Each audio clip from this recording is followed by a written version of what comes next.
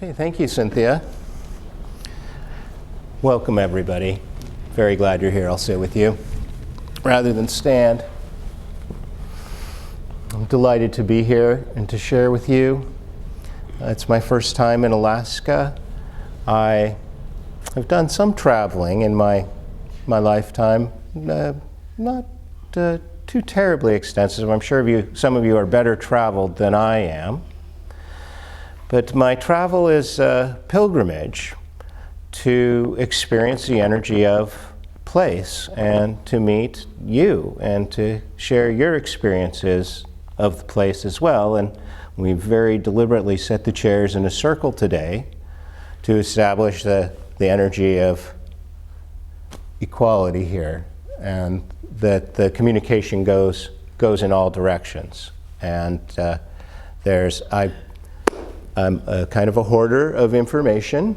I love information, and I can sometimes kind of spiral down the information rabbit hole.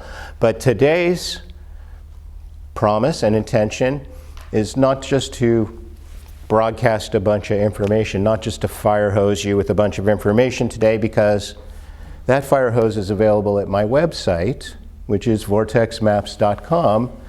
I've done numerous podcasts and videos, and I've written a number of books, and the website is pretty extensive.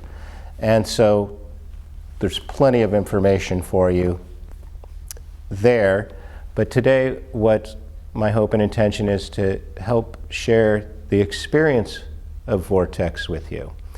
And the brief definition of Vortex for me is it's a paranormal place. It's a place associated with paranormal phenomena. And everybody comes to the study of vortexes from a different angle, I would say. I can't tell you that I fell through a vortex. I had a time slip experience, and I lived to tell about it, and that's why I got into. No, I haven't had that kind of a vortex experience. However, I have had plenty of first-hand accounts from people who have had various kinds of paranormal phenomena occur to them that they associate with a place. And we are all familiar with the idea of, well, hauntings, those tend to be place-related. Maybe ghosts are place-related, kind of locked into a place. But from my standpoint, every kind of paranormal experience is associated with a place in some way. And some 20 years ago or so, through a series of divine interventions, I was gifted with these vortex maps, what I call vortex maps, one of which is the Earth star globe. This is developed some more than 20 years ago, in the 80s really, by a couple, William Becker and Beth Hagins, and they developed this model of the energy of the Earth. And I'm fortunate to be speaking to this group because we all have a similar basis and foundation for understanding the subtle energy of our bodies, whether we call it the aura, the chakras, the acupuncture points and meridians. We have that understanding that we have the physical body, the chemical body, the electromagnetic body, and then the subtle energy body with the lines of energy, the points of energy. And I would say this is similar and the same thing for the Earth. You could think of this model of the Earth as the subtle energy body of the Earth, the energy points and the energy lines. And as you see, it's very geometric. And there's much that can be said about this geometric model of the Earth's energy field. Since the 80s, a number of books have been written about the so-called Earth grid and the Earth star globe. One of those, perhaps the most famous, is called Anti-Gravity in the World Grid by David Childress, who you might have seen on Ancient Aliens. He's kind of a regular figure on Ancient Aliens. So this is the Becker-Hagins Earth star grid. I'll go ahead and pass it around so you can get a physical sense of the geometry. And especially look at Alaska. We are in a very important place for humans in each area. Indeed. And this is one of the books that has been written featuring the Earth star globe. It also features this map here. Again, this is not a map that I created, but I did publish it. And this is from a different creator. This was created by a woman named Dorothy Leon. And this geometric map shows the western half of the United States. See the coastline there? At the center of this pattern, you see the Grand Tetons. That's very near Yellowstone. And then a nearly perfect circle of 19 mountains and bodies of water, every mountain and body of water being the largest in its region. And you look close and you can see that Sedona's on here, Shasta's on here, Tahoe's on here, Rainier, Lake Louise. Every one of these points, very energetic, either mountain or body of water. So that's another map that I did not create but published. And since that time of publishing these two maps, well, I've become immersed in visionary mapping and also the paranormal. Once I share a little bit of my paranormal story, everybody feels that they can tell me their paranormal story, and so it often starts, "It sounds crazy, but I know what I saw," or experienced. So I've become, at vortexmaps.com, a little bit of a nexus for people to share their paranormal stories. I got into the visionary maps, as I call them, the vortex maps, because I had a background. I was studying extraordinary healing tools and techniques. Acupuncture's not extraordinary enough for me. I was more interested in sonopuncture, color puncture, electroacupuncture, cupping, just anything that was extraordinary I was interested in. And when I was introduced to these maps, I saw these as an extraordinary healing tool, and a tool of geomancy, which is the science behind earth magic, I like to say. Earth magic, geomancy. And geomancy for me is a subset of alchemy, the great work of transforming ourselves, not simply the kind of kindergarten version of, well, somebody futilely trying to turn lead into gold, but the actual process of perfecting ourselves, our physical, mental, emotional, spiritual bodies. Perfecting our physical matter, raising the vibration of matter to light, and overcoming the cycle of birth and death, and achieving our physical immortality and ascension. So I approach my work with the vortexes and with the vortex maps as you do your work, I would say, working with the subtle energy fields of the human body. In fact, to me it seems a near perfect analogy. Part of why I'm so pleased to be speaking to this group is seemingly the near perfect analogy between what you're doing with Oriental healing arts and the work that people are doing with the Earth grid. So, one of the foundational principles of alchemy is that there is no separation. There's no separation between you and I from a visionary standpoint, visionary viewpoint, and there's no separation between your body and the Earth, your place. You are an electromagnetic being, at least that. Definitely more too, but at least electromagnetic. We exist in a churning ocean of electricity and magnetism. When I began to study this work, I went back to school and got a degree, Bachelor of Science in Geography, to better understand and explain these ideas. And so I have a very geophysical approach. Welcome. I have a very geophysical approach to vortexes. I tend to focus on electricity and magnetism, electromagnetism, because it seems to be a very rich place to start. But so much mystery remains. I do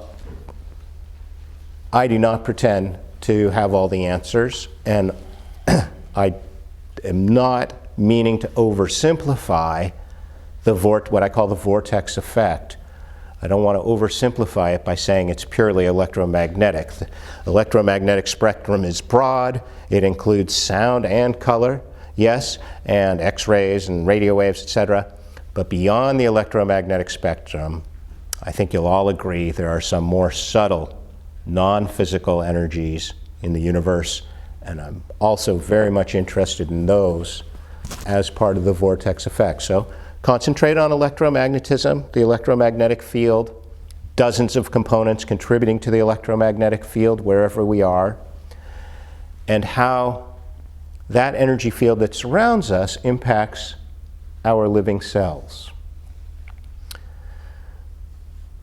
Our physical body is affected by the electricity in the atmosphere, whether it's negative ions during an electrical storm or around a waterfall, or maybe you have an ion generator at home or work, or positive ions in the air where there's like hot, dry wind. There's electrical ions in the air. There's electricity in the earth, electrical currents in the earth, because of the moisture and minerals in the earth, and also partly because of quartz crystals in the earth and the piezoelectric nature of quartz crystals under pressure. So electrical currents in the earth, it's totally measurable with modern scientific equipment. You put a couple of electrodes in the ground, send a current through the earth, and you can measure conductivity and resistivity.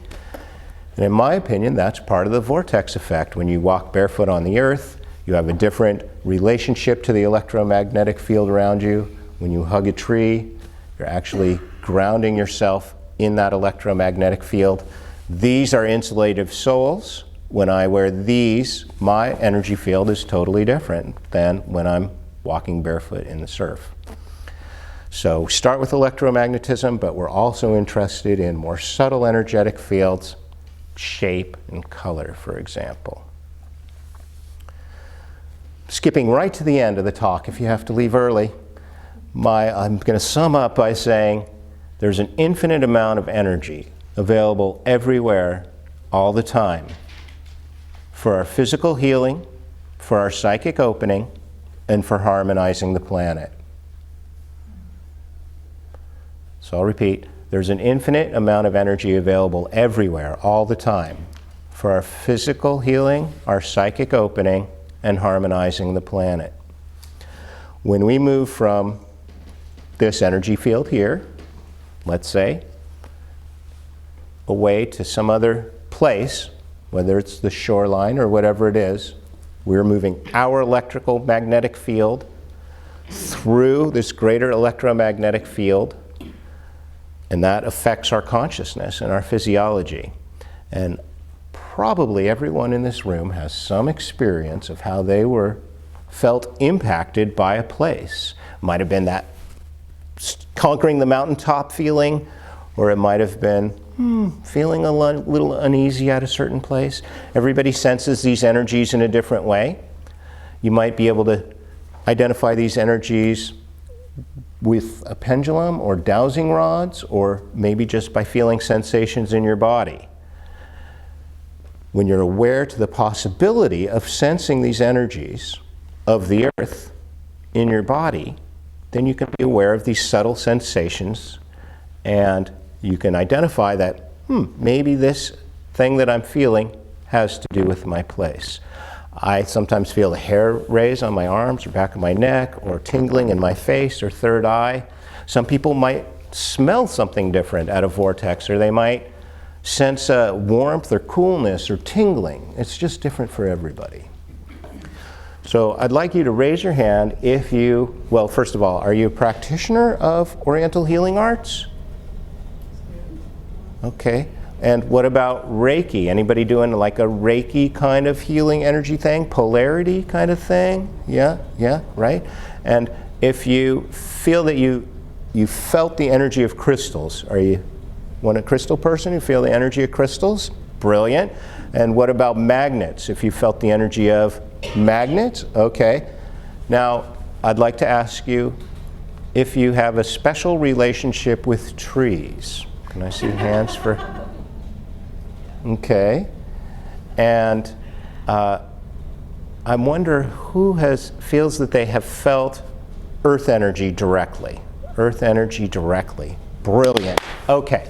So what I'd like to do is to switch modes for a moment. We've got a couple hours here. We're going to switch modes a couple of times. We're going to have some exercises so people get a sense of the energy, not just the information, but a real experience of it. Please. You missed an energy here in Alaska. I missed one? Mm-hmm. Say what? Aurora Borealis. Aurora Borealis, right. So, brilliant. We'll go there. We'll talk about astrophysical energies. Vortexes, and the vortex effect is a three-part equation, okay? It has to do with the place, and it has to do with you, and your direct connection to the place. Your relationship is not like a handshake relationship at a distance with your place. It is actually a relationship of unity with the place. You're not separate from your place. You're not separate from the place you came from. Can I ask where you came from? Are you a native Alaskan or? From Juneau. From Juneau. Okay, so you are totally connected to Juneau right here where you sit right now. You are born of those minerals and materials and energies, and you bring that with you, and you represent Juneau. Yeah, and you bring that here with you. So thank you for that. And each of you bring with you all the places you've been. You've connected to the vortex energy there just by being there. You've breathed the water. Sorry, hopefully not. You've breathed the air. You've drunk the water. You've eaten the foods. You've breathed in the colors. You've seen the colors. You have heard the sounds. Just by passively being in the place and receptive, you have drawn in those energies. And you've left a little bit of yourself behind. You've used the bathroom. You've exhaled. You've left that connection there with every place you've ever been. You've got a profound connection there. And so for about 2 minutes now, I would like you to turn to a person next to you to share specifically, and let's start this way.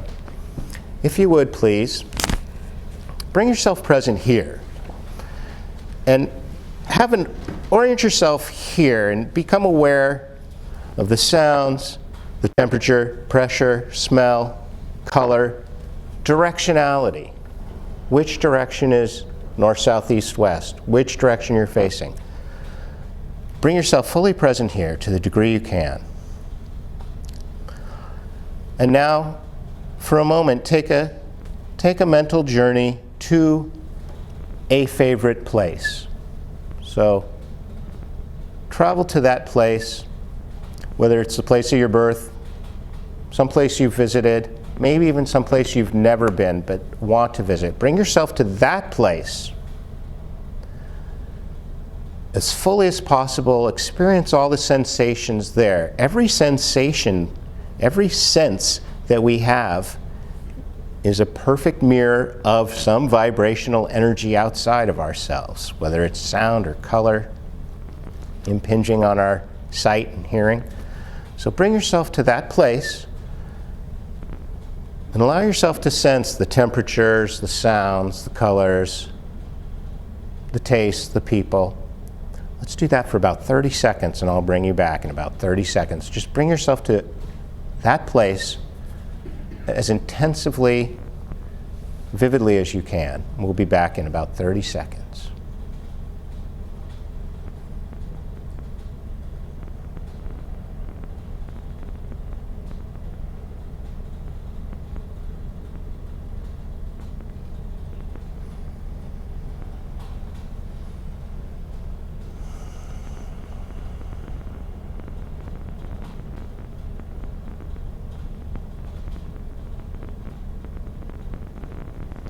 And bring yourself back here. And bring back the boon, just as you would when you go on a pilgrimage. Bring back the gifts with you. The learnings. The comfort. Now, if you will, turn to a person next to you and take 2 minutes, and then we'll switch. Share in one direction for 2 minutes, so somebody go first, and share as deeply as you can what I call the vortex effect. Bring forth and evoke that place that you visited with the person sitting next to you, and in 2 minutes we'll switch roles. So for 2 minutes, receive, and then we'll switch. And here again, what we're doing is we're hoping to evoke that feeling of the vortex. And then we'll come back and we'll share. And this is the funnest part. So 2 minutes, go. Turn to a person next to you. Share about that place you bring with you.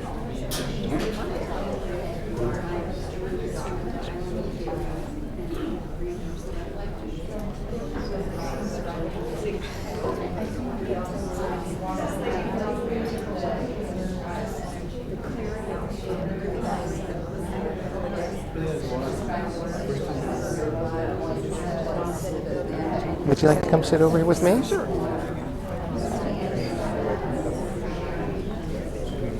I'm Dan. Melinda. Melinda, pleased to meet you. Nice to meet you. What is your place? My place is on the beach in the Homer Spit. It is probably one of my most favorite places in the world that I have been to. I like the salt air. It reminds me of my early childhood. The mountains with the snow caps. The presence of the ocean. The crunch of the sand. The gravel that we walk on. What's the texture of the sand there? Is it like gravelly or sandy? It's more gravel because you can hear yourself stepping on it, so it has a little crunch to it. And this is the spit that goes out into the ocean? Yes, it is. Mm-hmm. It's surrounded on 3 sides by water. Yeah. Yeah, and it was during the '64 earthquake. They had a tidal wave that came through there, and it changed a lot. That was many years ago, but the scars you can still see a little bit. So, and it feels like home to me. I try to go there at least once a year because it's so rejuvenating for myself. And but see, also I think it ties me into the East Coast, which is where I'm originally from. And my grandfather was a commercial fisherman, so I have lots of deep images of being with the salt water and all that goes with it. So Beautiful. Yeah. And you live here in Anchorage? I live here in Anchorage.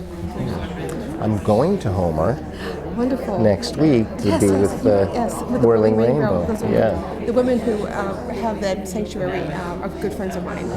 And so I wasn't able to go to be there, so that's why I'm here today. So I wanted to make sure I got a chance to see you. Glad you're here. I'm glad I'm here too. Thank you for coming to Alaska. My pleasure. So what is your place? Well, right now it's here, but usually I say Lake Tahoe.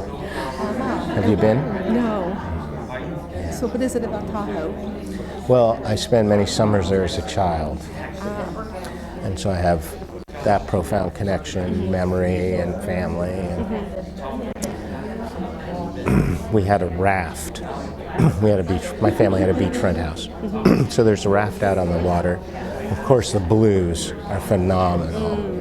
Sky, even the mountains around, kind of look good. If you haven't already switched roles, please switch roles and share the other direction. To sit out on that raft and be far from the shore, far enough that you could still hear the shore sounds, but they were muffled, and to hear the sounds of the gulls, and to the sound of the waves lapping on the raft, and that gentle rocking, and maybe the smell of pollen, just the whole picture. It's a full body experience, in other words. Exactly. I mean, and the cold of the water when you jump in and everything. So that's my place. Yes, I can fully resonate with that. When I spent many summer weekends there in Homer with my family, and so that was our getaway. And we had a Zodiac, and so we used to go. I like to sit on the Zodiac because it was like being rocked to sleep because the water was always moving. And So I understand that totally. So You relate? Yes, exactly, 100%. Nice. So, Well, thanks for sharing. oh, well, thank you. This has been really very interesting. So looking forward to hearing more. Right Because on. Alaska is, some people have told me there are many vortexes here. And Everywhere. yeah. There's one. It's one in my house. One near my house. It's like right under my house. I have been able to sense it, and only because I've had other people who are sensitive that have picked up on it. It's fabulous. It does beautiful, wonderful healing energy because I have a healing room in there. And how do you sense the vortex? Because we have a split entry, a very old split entry house, and so it's a daylight basement, and so the basement is halfway into the ground, and when I have a studio that I work out of, and then I have a room just for doing my healing practice. I do medical qigong and a variety of other related kind of also sound medicine, and people come down there every single time and they say, I really felt crummy when I came in, but I feel so good after leaving. And sometimes all we do is sit and talk. Mm-hmm. So I know that there's a positive energy there. I'm very grateful, very blessed to have that. So.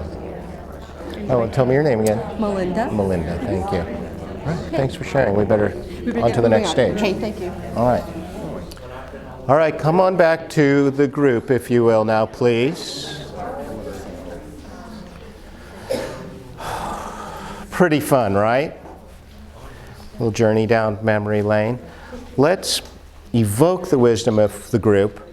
Can somebody please share something about the experience of what they just heard or felt, or does anybody have any shares about that? Let's go. If your place was associated with a river or lake, would you raise your hand if your place was a river or lake? And if your place was a mountain, who had mountains? And who had ocean? Ocean. No surprise, look where we are, right? And desert, anybody have desert? Oh yeah? Cool. Will you share about desert?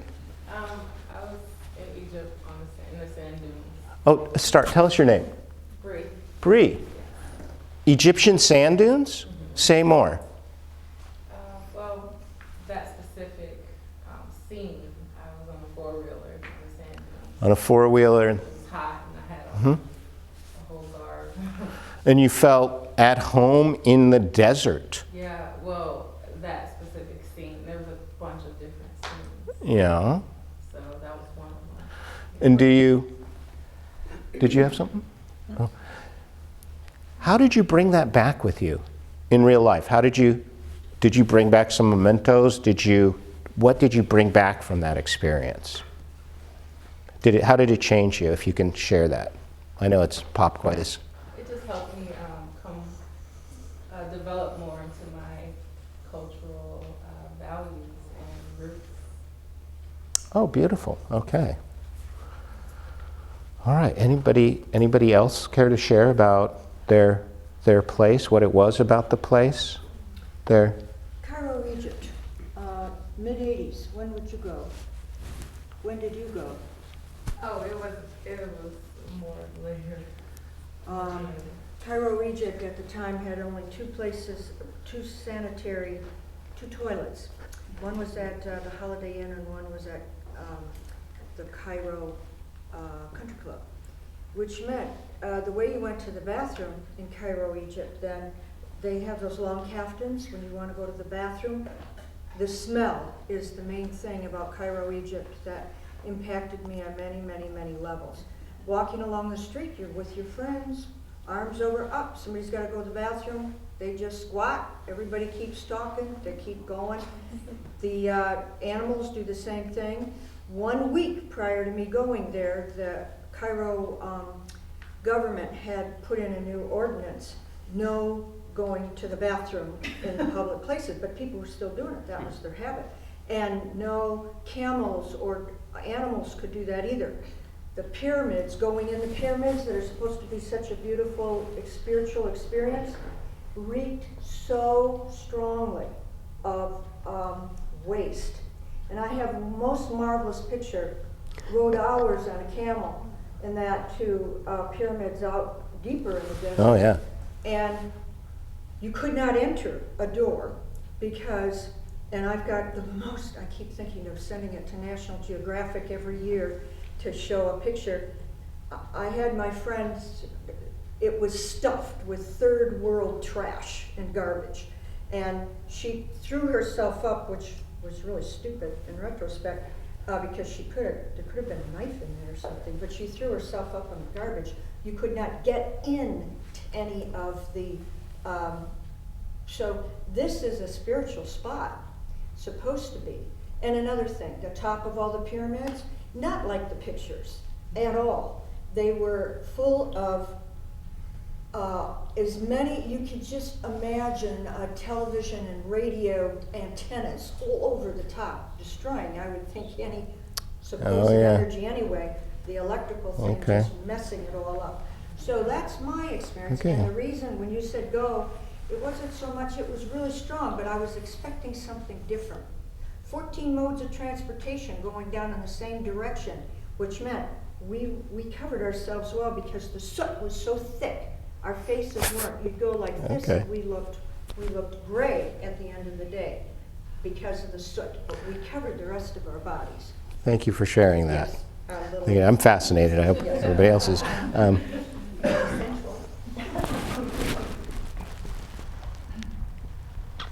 Different than what you expected. Sounds like a good place to clear. For a second, I thought you were going to go with the question about which way the toilets go. Oh, good one. Hole in the ground. Oh, they had an amazing thing. There's only 2 toilets. They would build cardboard boxes, and they would dig a hole in the ground, and they would put a hole in the cardboard box, and they would stand there with an American toilet paper, and they would sell single ply, 1 square American dollar, mid-80s, in order to go into a hole around the city. Because it's not an American. Definitely paints a picture. Very different than what you expected, I know. And it's a lot different now. Your body is made up of these energy centers, yes, chakras.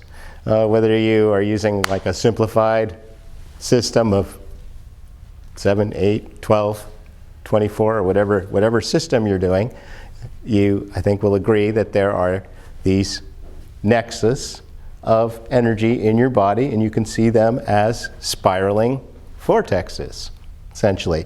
And the earth body also has these vortexes, these chakras, these spiraling energies. Now, here among this group, we'd like to explore this direct relationship between the earth vortexes and our chakras.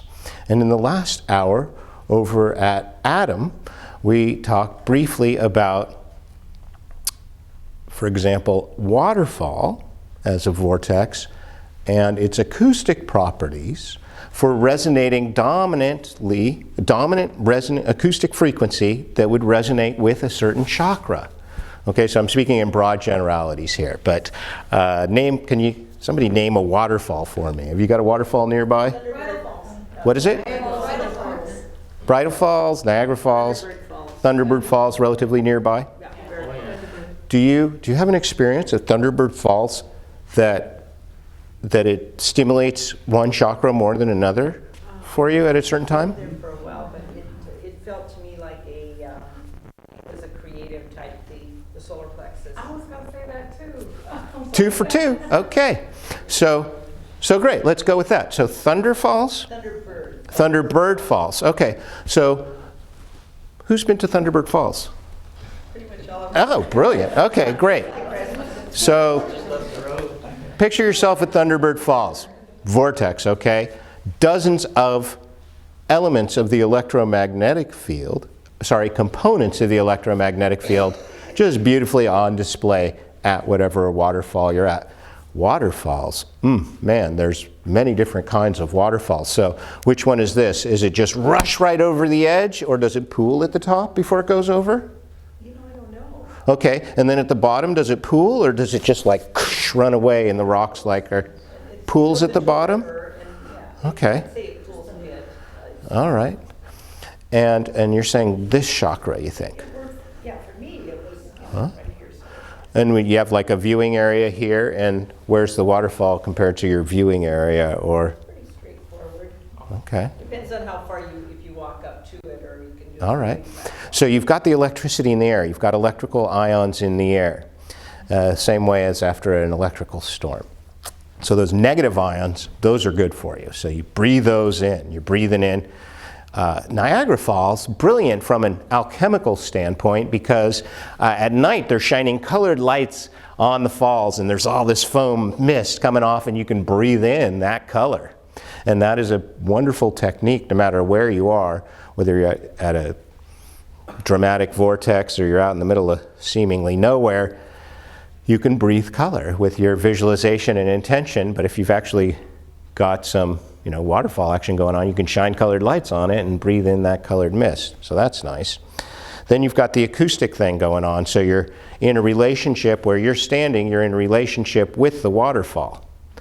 And that changes as you move. So you're saying solar plexus, where you're standing there. You're getting these acoustic frequencies through both ears. As you move, the frequencies that you're getting in your ears are changing. Some of you may be familiar with this idea of the frequencies of the brain frequencies down there in the very low cycles per second, or hertz. You've got the alpha, beta, gamma, delta, not necessarily in that order, the brain frequencies. And as you get a different frequency in each ear, your brain actually creates what's called a binaural beat, binaural, two ears. And so if you have a frequency of 8 hertz and a frequency of 6 hertz, your brain actually can process 2 hertz, which is, it's inaudible. 2 hertz you can't, outside of normal human hearing. But you can achieve that in your brain by having these 2 frequencies that are quite similar. Around a waterfall, you've got that. You've got this rich white noise. So as you move in relationship to the waterfall, you may find that you hear it differently, it feels differently to you, and you may actually hear different frequencies dominate and feel that it affects your different chakras. So there's a relationship, let's say a direct unity between waterfall and chakra. If we were to look at the body, where's the waterfall in the body? You would say this one? The central governing or something, or whether you're... I was thinking like the dew in the red meridian that goes up and down. Or Okay. Cynthia would know best. And let's say, is there part of the body, an organ, that would be marshy under maybe ideal or less than ideal circumstances? Think of like, can you think of an organ that... Bladder would be a spongy. The gallbladder too gets, that's one of the curious organs report. Right. The gallbladder's kind of in that curious, we're not quite Okay. sure. It sends messages, it listens to the liver, it kind of... And geyser. What is the analogy for geyser in the physical body? That's heated water that's going up would be, I'm going to say heart. I'm thinking heat from the heart. Well, Triple burner. I thought you were going to say something sexual, which... Actually, I was going to go there. I'm like, actually, That's the obvious thing, isn't it? does the seed of Ejaculation? water No? element, the lower back, Okay. Urinary function? Yeah. So we can map the landscape as landscape. We can map the landscape of our body just as directly. And we can do this on a lot of different levels. I like the bladder is spongy. That's good. But we can do it on a lot of different levels, so that we could actually look at a map of Alaska. Everybody, we can picture the map of Alaska there. It's got the Aleutians out on one leg. See how I did that? The other leg would be Juneau, right? Down the side of Canada, right? And then It's almost like a torso with 2 legs and no arms and head, isn't it? Alaska? Would you agree? Doesn't Alaska kind of have hips, legs, and feet? Ankles and toes in a way? Right? Just as Italy is shaped like a boot, and if you tell someone I'm in the toe or the heel, this makes sense of the landscape. It helps us to orient to our place. It seems fanciful at first, Africa is shaped like a horse's head. Italy's shaped like a boot. Alaska is shaped like what exactly? Does anybody get an impression of the shape of the state? Do you do hand and say this is I live at the thumb at the tusk? Okay, these are all perfectly valid. Joseph Campbell, who is known for his power of myth and Hero with 1,000 Faces, talks about myth as being something that gives meaning. Not as something that's just fanciful and to be discounted, but something that gives meaning to our experience. So you can look at your state or your city or your property and see if it's evocative of a person, a face, an animal, a kite. I don't know what you might get out of it in terms of that, but that can help lend meaning to your place.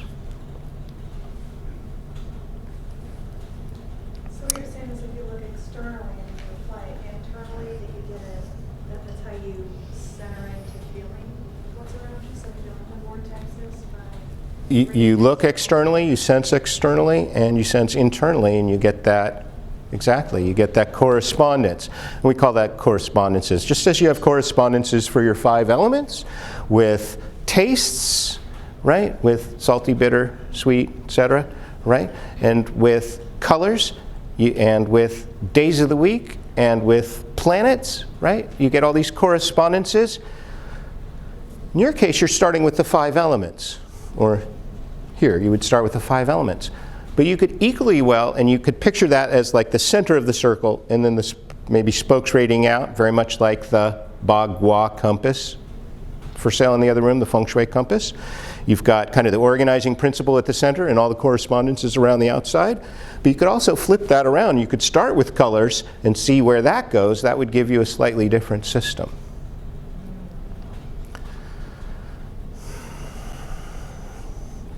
So we're looking at the landscape, and we're seeing parts that are peaks, parts that are, they're prominences. There's the caves, and there's the deserts, the marshes. We have all of these within our own body, 100%. There's this direct correlation, and if you have a client with issues about bladder, let's say, you might want to look at, what's their place? Are they living on a marsh? Is their place too marshy? Just as you would with, you say, oh, they've got too much fire in the X meridian. Does that make some sense to you? That if you have an imbalance in an organ system or in a meridian, that you can look to the place and see if there's some place-based way that you can adjust that. Does that spark anything for anybody? Care to share? Can somebody give us an example? That actually, in Cynthia's classes, she breaks down the 5 elements and pulls it up on a board and then shows you how they correlate both to the organs, both to your clients and to yourself. So the interplay between them is what TCM uses to get through for the autoimmune and the long-term illness. By the time you have so many symptoms, it's just chaos. And what the school teaches here is how to break that system of chaos down to 5 elements and correlate it in a way that shows that interplay of elements, that inner alchemy. Okay, we're going to come right back to elements in a second. Thank you for sharing that. Share? Something quick. Yes, it was in my own place, and my ankles were bothering me. And I feng shui with my staircase was in an area, and when I looked at it, it had to do with ankles. So what I did is I put, in the stairway, I put plants, of course, in the corner, going up the stairway in the corners, and my ankles. Beautiful. Beautiful. I use feng shui, the word feng shui, the words, very broadly. For me, I see that the work that I'm doing, the energy work, the work that you're doing, it's all of one. It's diversity within unity. I sometimes jokingly say I do my feng shui with a dust rag and a wastebasket. If I'm going on a pilgrimage to a mountain, lake, whatever it is, I'm bringing along a garbage bag for reals. Let's just loop back for a second to this idea of the shape of the place being a fruitful avenue for our mythologizing. And picture for a moment the Alaska state flag and the Big Dipper. Yeah? And so you've got the bowl of the dipper, and you've got the handle of the dipper, and when you look up at the sky, it looks a certain way.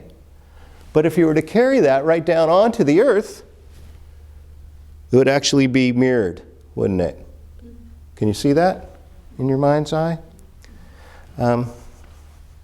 If you mirror the Big Dipper, the bucket and the handle, to me it looks very much like the Aleutian Islands in that stocky torso of Alaska.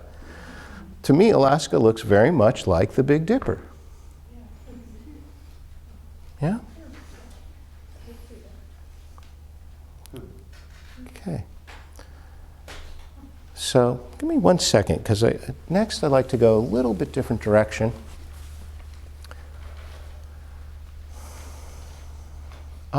Okay. Let's go ahead and switch gears a bit, because I've got a number of topics for Oriental healing arts. And I'd like to kind of move into the next segment here, which is this here, this beautiful yin-yang on the floor there. We've got a principle of the universe, a principle of alchemy, that everything has gender. The unity within the duality. The spot of white within the black, and vice versa. So that model, that works beautifully for what we're doing for geomancy. If we were to just draw a sine wave, just one sine wave, just the middle of that shape. On the landscape, we would see mountain and valley, we might say, or mountain and river in that sine wave. And not surprisingly, perhaps, we see that in the Earth-star globe. So you look at the Earth-star globe here, and you look at the northern hemisphere of the Earth.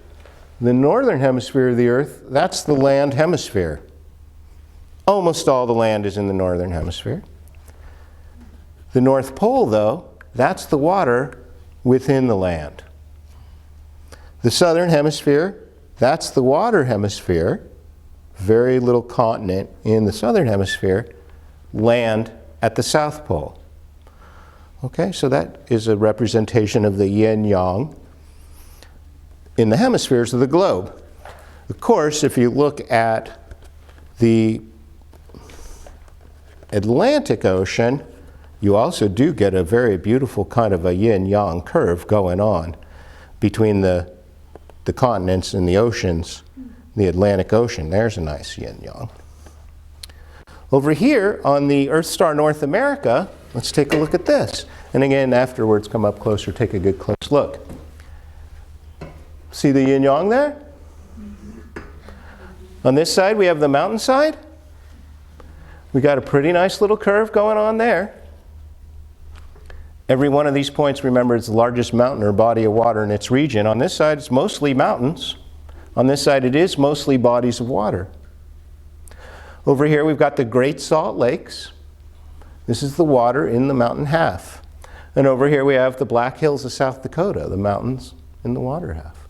So we have a very beautiful yin-yang in this map as well.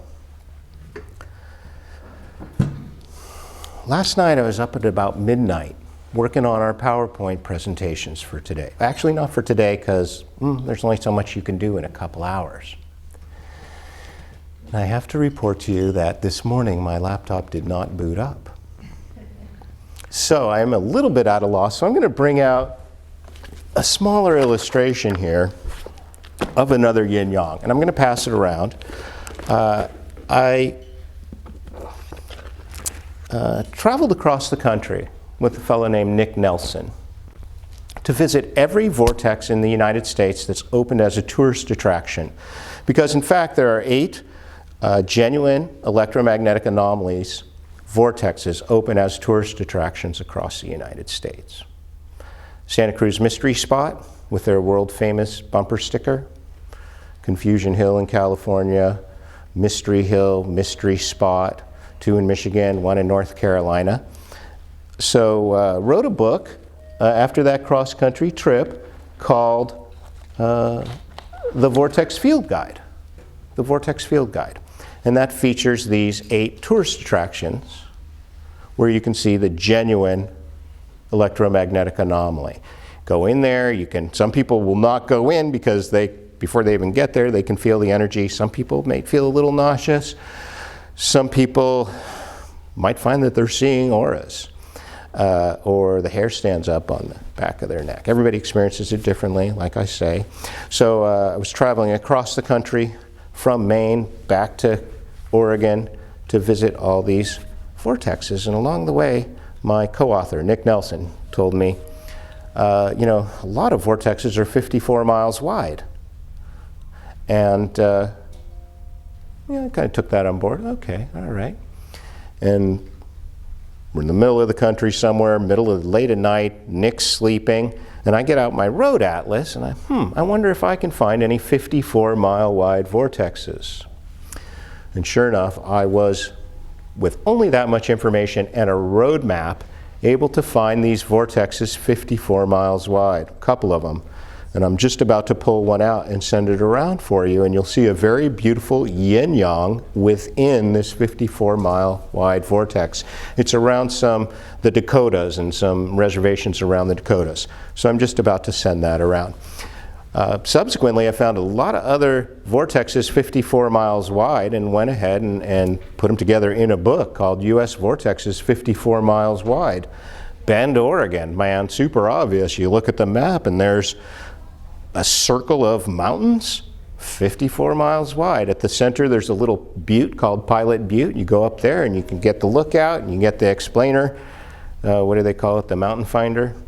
And you can see they're all 27 miles away in all directions. And I have a theory about why that is. It's actually a musical theory. Musicians, people doing sound healing, musical therapy, yeah, okay.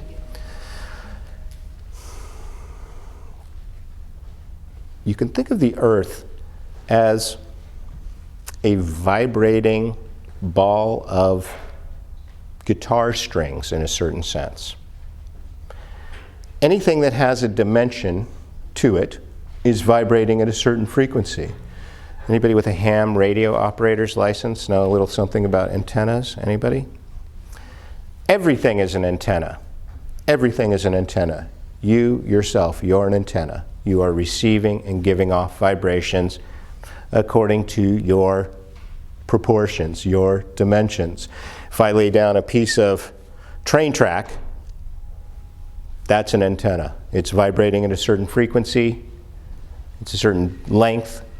We can actually translate that length through the law of octaves down into an audible frequency. So my point is, when you look at the Earth and you measure the polar circumference of the Earth, you measure from the North Pole all the way around the Earth to the North Pole. That's the polar circumference there. That turns out to be nearly exact multiple of 27 miles. Okay? Did you have a... So you're hearing a lot of 9s, 27, 54. You may be dialed into the 369 thing if you've been on the internet. I don't know. So the polar circumference of the Earth, a near exact multiple of 27 miles.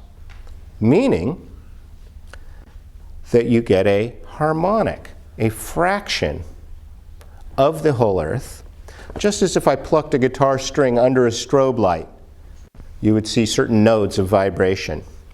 That's what I think, why we find vortexes that are 54 feet in diameter, 54 miles in diameter, and such. Okay, a lot of information. Let's change mode, okay?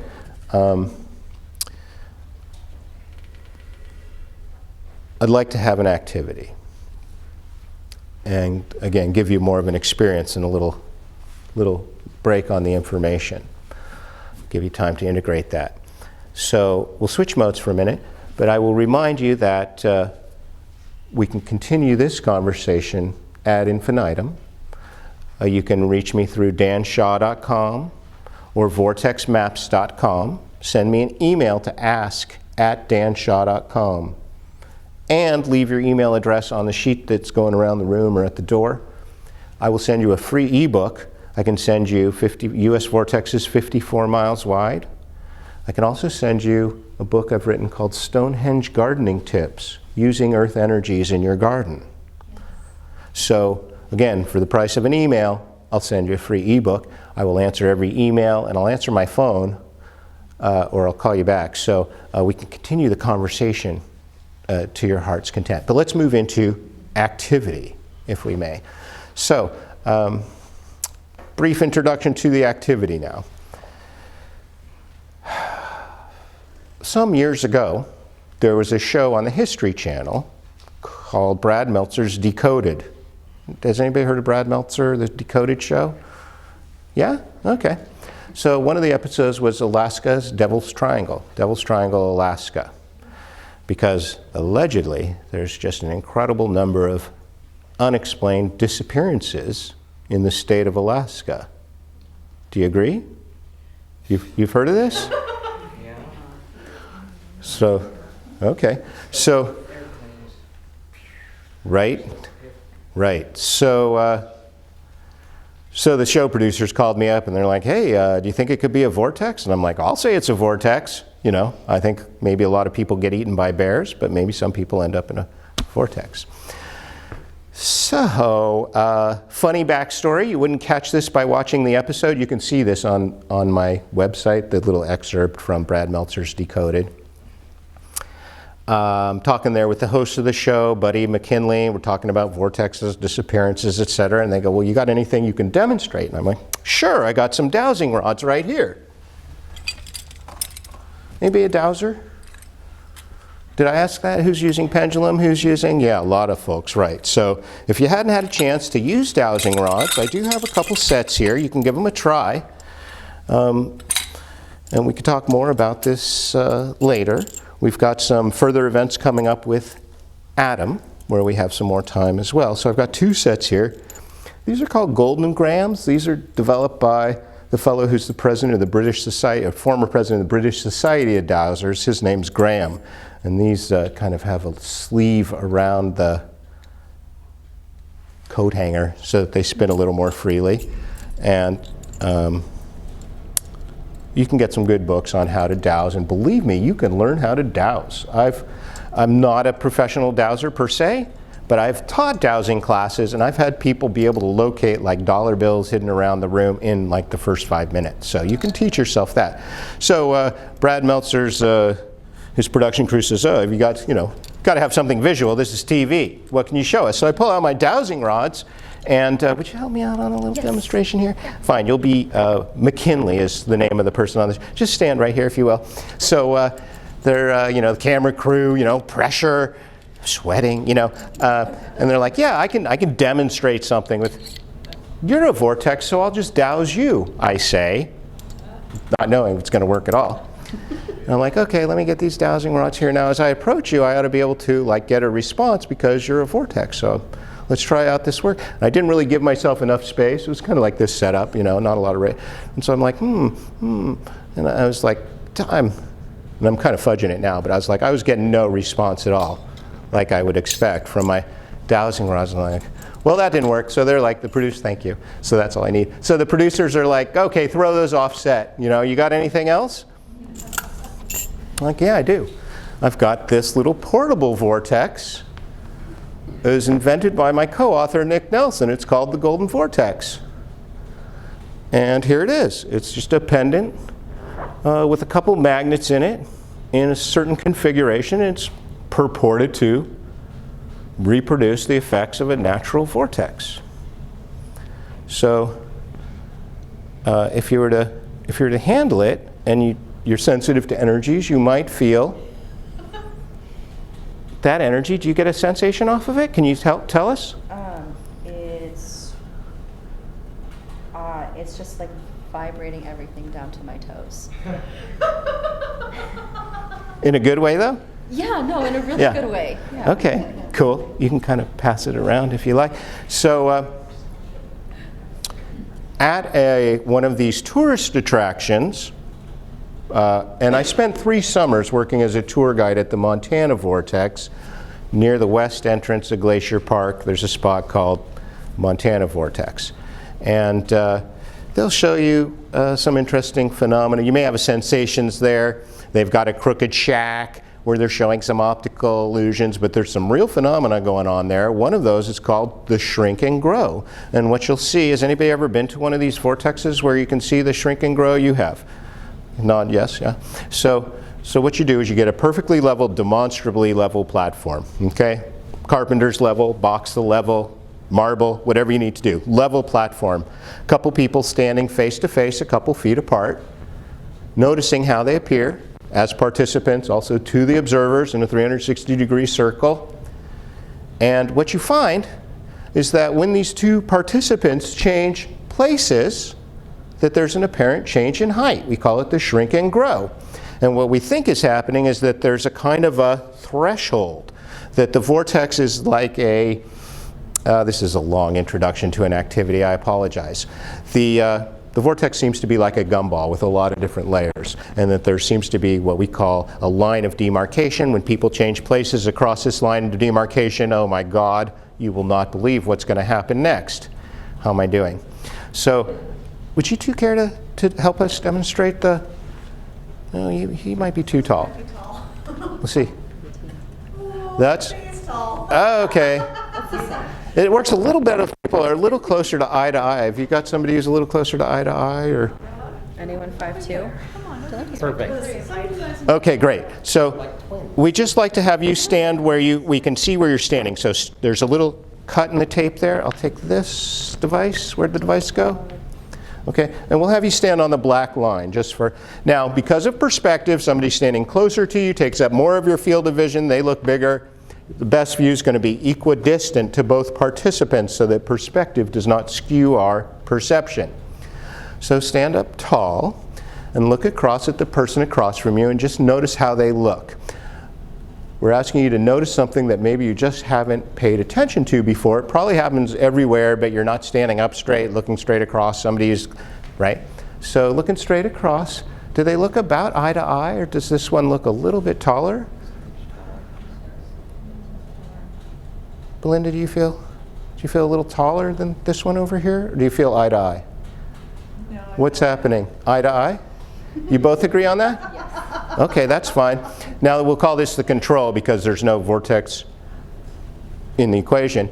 Will you switch places for us? We'd just like to see if we get a similar result or different. And we'd expect it to be just exactly the same, wouldn't we? I mean, come on, modern science, right? So how does that... Does anybody notice any? She looks taller. Maybe it said optical. Oh, you know what I forgot to do was north-south. Are we lined up north-south? East-west. Okay, I apologize. Let's do it north-south. So I'd like one of you here and the other here. Okay, now you'll have the best view. All right. All right, so what we found was there, I got to see for myself. About eye to eye? Was that what we... So this one's north now? Yeah, tiny bit taller. This is north and that's north. Okay. So just notice who appears taller if they appear exact same to you. And now go ahead and switch places for us, because again, this is the control, and we're assuming that the floor is relatively level. I'm sorry if I'm blocking your view at all. Oh, wow. Did you see that? Oh, yeah. Taller. Well, buff these people on that. You're taller on the north, aren't you? I grew. Yeah. I grew up, I'm gonna be taller, I knew it. So your best photograph now is going to be equal distance to both participants, okay? You want to make sure that you hold the camera still between the before and after, and that the head and feet are in the frame, because you will be able to measure this in the photograph when you're done. So I'd like to get a great photo. So could I ask you just to step aside for a second, and we want to get the head and feet in the frame, okay? So you'll need to stand equidistant to both participants to the degree you can, and hold that camera still between the before and after. Don't cut off their feet, okay? So I like to be in this because this is the money shot here. So, okay. So go ahead and stand straight. And are you able to get everybody in frame, or do you need them a little closer? No, they're in frame. Okay, great. Hold that camera nice and still. Stand up nice and straight so you can reproduce it on the other. And go ahead and take the photo. Okay. And go ahead and switch places, if you will.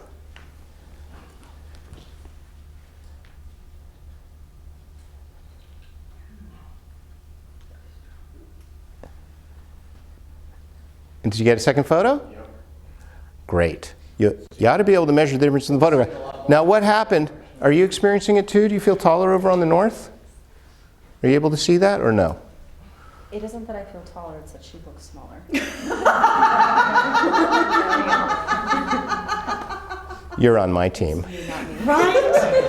Okay. Wait, Dan, I thought you were going to show us the golden vortex.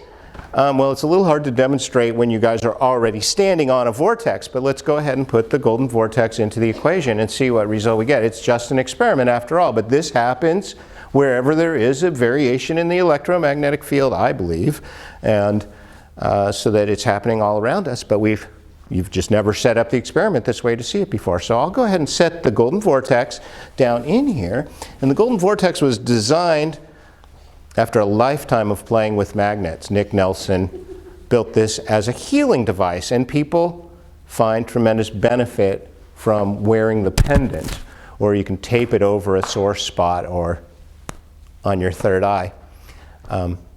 It wasn't designed to do this demonstration. It was designed as a healing device. Have you noticed any change since I put that in there?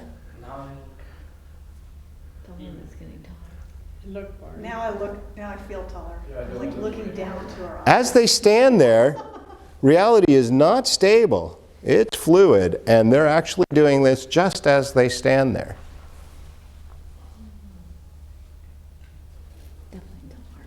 Okay, and go ahead and switch for us.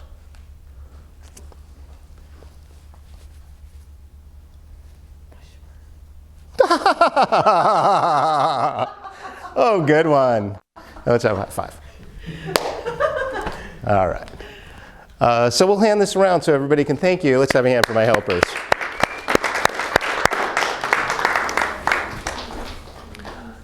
How's our timing now? Can I have a time check? 45 minutes. Okay, brilliant. I think what might be appropriate now, I don't know. Everybody, do you like to stand up and do a stretch or two? I mean, do we need a 3-minute fresh air break or anything? Now it's about your energy. Forget about me for just a second. Just bring your energy back to whatever you do, through breathing, color, stretch. We're going to mode change again. I'm going to put the list for the email over by the donation basket if anyone didn't get a chance to fill it. So, I'm really grateful to be here with you, to share with you, to have this opportunity to share what I love, to learn from you. To please, the time is short here, but I want to continue the conversation.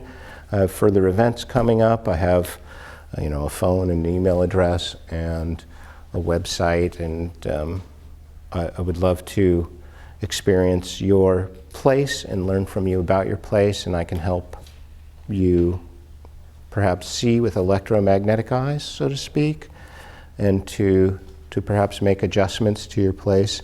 And I think that you will find that what happens at one level happens at all levels. And I'm sure you all have, experience of this, where if you change one thing, you change everything. If you have a armchair in your living room and it's facing one direction and you turn it another direction, your life will turn another direction. So if you're feeling stuck, you might try just shifting one thing. I have 2 questions. I'll take them. Okay. My first question is, are there any undocumented vortexes? Well, sure. The Bermuda Triangle we think of as being like the poster child of vortexes. This will show you that there are other geometric points around the globe that are geometrically equivalent to the Bermuda Triangle, but it's fractal in that as you zoom in, the pattern recurs. Could I have that little piece? That's my fractal piece. You knew. So you see this fractal, meaning that as you zoom in, you have self-similarity. The pattern is similar at all scales. So there is this little piece, which is like a diamond-shaped graticule, which overlays on the triangles, which shows you these finer lines of intersection. But there are as many different systems of mapping vortexes as there are vortex researchers. So some researchers will classify these points as being yin, yang, and neutral, or electric, magnetic, and electromagnetic. So many different systems for classifying these vortexes, and like I say, they are everywhere. If you step from a creek into a rocky area, the air around you changes, the electrical field changes. And you had a second question. My second question is, how does sound and breath enable us to transmute our environments or detect, I guess, be able to, I don't know how to explain it, like, be able to visualize when we need to shift something? Like, how can we use sound and breath to enhance that? Okay. The wind is our breath. The wind is our breath. There's no separation. Our breath is the wind. Our whole body is an ear, right? This is not news to you because you know you can needle the ear and hit any point on the body. The foot, the tongue, the eye, every piece is a microcosm of the macrocosm. Yeah, so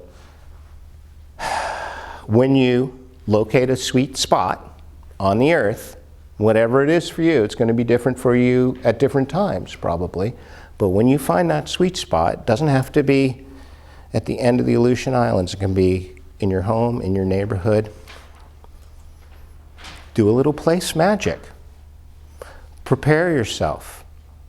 Whatever that, just as you would for a pilgrimage. Maybe it's putting on fresh clothes, brushing your teeth, maybe austerities, giving up sugar or tobacco or something, just as you would for maybe a major workshop or pilgrimage. Prepare yourself. Perhaps bring a gift for the place, maybe some fruits or nuts or something like that. Bring a garbage bag so you can maybe clean up a little energy that somebody else has left. Take off your shoes before you cross the threshold into the place. You can remove your shoes to better connect to the place. Breathe the air. Take in the colors. Drink a little of the water if that's good water. Eat a little of the wild edibles. Open yourself up to receiving those energies of the place. Use your breath, visualization, and connect to that place. You can do it that actively if you have techniques for that. You can do it passively, just like the feminine, receptive, surrender, being present and letting it happen. And then in that place, then you can use whatever techniques you choose to practice your psychic abilities, what I call, or Maharishi would call, your God powers.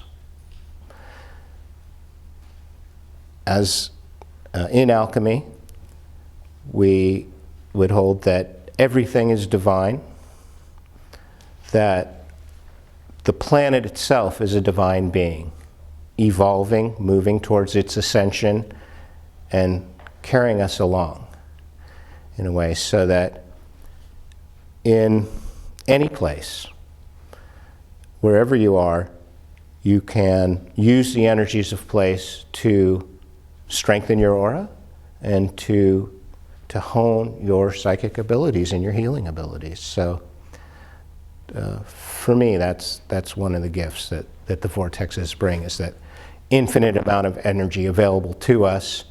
And in a very real physical sense, these energies affect our molecules, our consciousness. They wouldn't put people into a CAT scan unless, there was a magnetic aspect to us. So they put people into this huge magnet, bam, hit them with a magnetic field for a minute, all our molecules line up, and then they return, and that's a CAT scan. So, there are scientific, medical applications to our electromagnetic body, and that's, to my mind, what you're working with here. This is a very high form of alchemy here, and that makes it very easy for me to just introduce vortexes to you, and I know you will all take it in different directions. Now, do you think the vortexes and like the acupressure or the acupuncture points, do you think that they correlate at all? Because it almost seems like Earth would have vortexes, and so does the human body. And there's certain points that help us breathe, certain points that help us. I was really pondering that in the weeks leading up to this event, because how perfect is the analogy, I ask rhetorically. How perfect is the analogy? In our bodies, we have, I've got this organ, it's rather specialized, and it has a system of this energy flow that goes however it's going to go. But in the Earth, I'm not sure we have that specialization as organs exactly, unless. It's so similar to the interstitium. The interstitium, thank you. Okay. The interstitium is very similar, like the energy has got to have a way to communicate with each other. And that, I believe the Chinese people prefer. The Western medicine found it as an interstitium. But it's the same thing as the quartz in the ground. It's a amplification so that one spot can speak to another spot simultaneously through Right. that quirky science works. Have you seen these pictures of side-by-side pictures of the lungs next to a tree? Have you seen these? How similar? Like, aren't the trees our lungs? Right? Aren't we breathing for them and they're breathing for us? And this reciprocal relationship. So, on that level, the trees are like our lungs. But is there a meridian that's associated with the trees per se? Well, Cynthia, this is her expertise. So it's I think a rich area for investigation and research. I'm not sure how perfect the analogy is, because does our Earth actually? Some people will say like, oh, the nostrils of the Earth are in the Himalayas. Again, there's as many different systems. Like if you Google Earth chakras, you'll see the Robert Kuhn system of Earth chakras, but other people think, oh, Shasta's the heart chakra, Shasta's the crown chakra. It's different for everybody, but I think the analogy, I'm not sure where the analogy breaks down exactly, but to my mind, we're looking at the subtle energy field of our bodies in Oriental healing arts, and in what I call vortex research or geomancy, we're looking at the same at a different level of the same. And so any principles that you're thinking, cupping, moxa. Am I saying that right? Yeah. So let's think for a second. Feedback. What's the analogy with vortexes for cupping and moxa? Any ideas? In a circle, it's breaking down 4 inches of toxins from the body to the surface Draws of the in skin. people. Right, but let's say, what's the analogy for me as a vortex worker? And you put it on certain spots. Well, what if I build a campfire over here? What if I have a piece of property and I build a campfire over here? Isn't that like putting a moxa stick on that spot? Isn't that going to maybe get overstimulated there? Does that equate to a meridian on my property? Am I stimulating? Wouldn't it be better maybe if I put my fire over here because of that? And what about the suction that you get from cups? Is there some, as a geomancer, can you see an analogy there? We're reasoning by analogy. It's a very high level of reasoning. Cupping, anybody have an idea? It's 4 inches around, 4 inches down, a diameter that's bringing fluids. So the fluids of the chemicals of emotions, the fluids of in our bloodstream, the fluids of the chi, the energy, all of that's being brought up 4 inches around and all the way around to that one area so the body can process it. Okay. Wait, Shot what to the about, surface. so if it's cupping and it's drawing up, what about a volcano? Glaciers or volcanoes, same thing. Yeah, Draws up. volcanoes A drawing up? Because I'm to move. where my mind is going is there's, when I'm working with the land, is there something that I'm doing to create essentially a vacuum? When you drill for oil, you pull something out of the earth, and if you don't put something back, you leave a vacuum. It will collapse. Right. Are you thinking more along the lines of like the size of nodes they put down to, send the frequencies into the earth? I'm just brainstorming because you are the experts in Oriental healing arts. I'm the Vortex guy. So I think I was just thinking like correlation between cupping and just for example, and needling now, what if I drive a iron stake into the ground? What is that going to do to the flows of energy? Electrical energy, it's going to impact the electrical energy, but more subtle energies, right? So if I've got what I feel is like some kind of energy coming through the ground that is like, yeah, I don't want that coming through my front door. I'm going to take a boulder over here and, plop it in place, or even just a metal, like a rebar. That's going to, or a crystal is a great interrupter of those kinds of lines of energy. So, Also a dam, if you don't like the way that water's flowing, a dam to affect how the water's flowing. So as you clean house, keep in mind, like, this is part of my Oriental healing arts. I'm moving around the elements in my house, right? This is affecting the energy of the place. Think of your place as having a body, and where are the different parts of the body? Where's the organ? Where's the different organs? Where are the male and, I did want to cover this today. Where are the male and female parts of Alaska? Think for a second. The phallus, the yoni. Where are those in your states? Do you have an idea?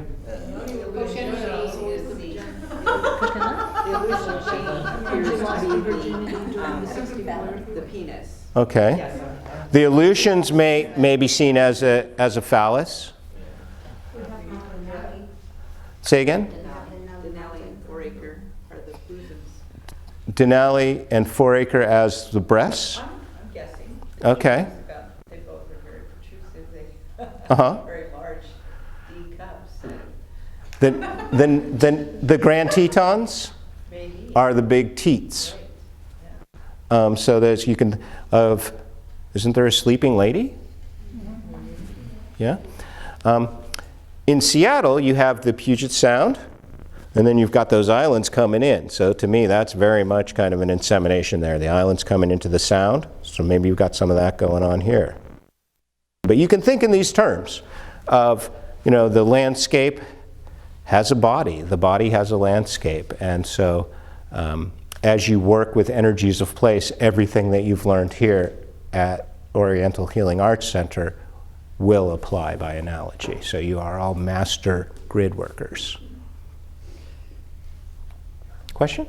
Yeah, not to get too off topic, but when you put the thing on the ground, I couldn't see the person standing on that side. It got like a... No kidding. That's great. When I put the golden vortex on the ground, the person got shimmery, wavy, people report that frequently. I'm sorry that it made you feel a little nauseous, but at Vortex you may see like a blue mist or like heat waves rising off the ground.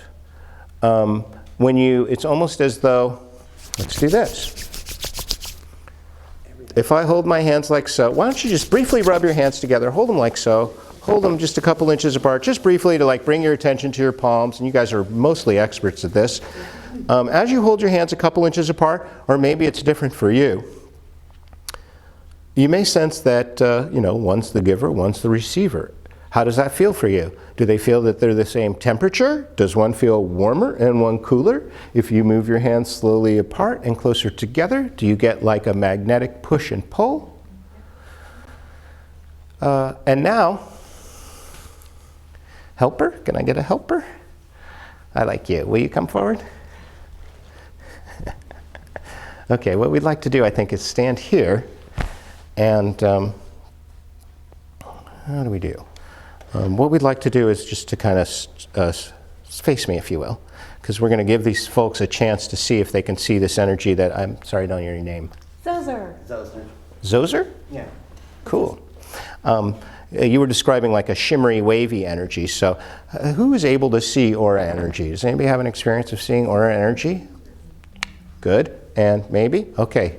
Here's your chance. Super easy. Anybody can learn to do it.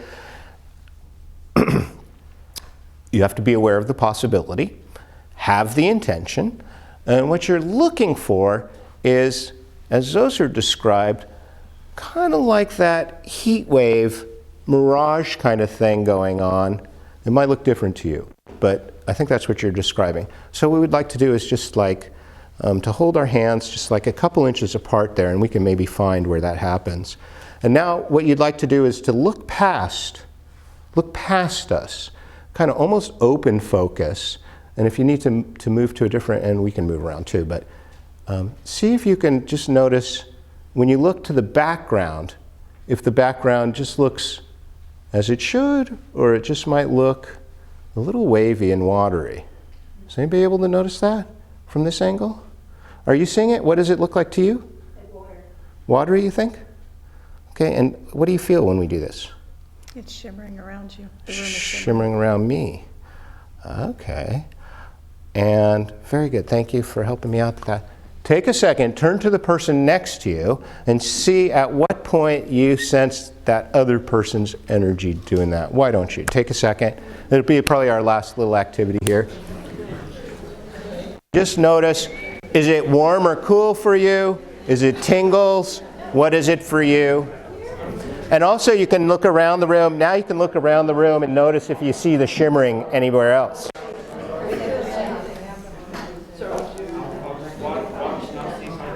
I think we need to wrap up, don't we?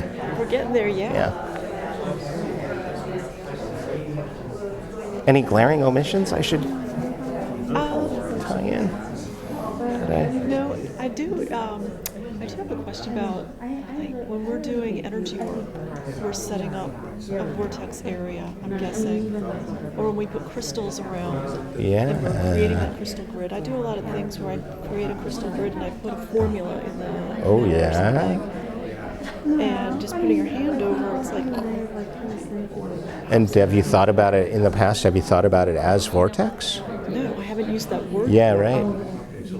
So perhaps that's helpful to kind of give you like, oh, that opens up a new kind of range of vocabulary and technique.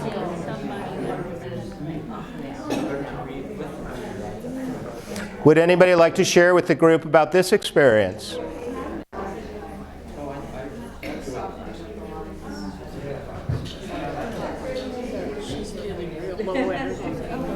Low energy? very low. With you? Yeah, because I've got a bad heart. So my energy is I hear you on that. Anybody care to share from that experience? Was anybody able to see the energies? What about over here or here or here? When you stand behind, when you're giving your speech, I don't know if it's because you're giving your speech, but you definitely have a clearish aura that I see. And if I go to church, I always see it on the ministers while they're speaking. And then they sit down and it's like spirit has left. I'm never sitting down again. Well, when you're finished talking, you still have it, but I don't see it. So I'll bring to your awareness now, you've got a relationship with the trees, don't you? Approach your tree reverently and hold your hand. It's homework, right? I'm assigning homework.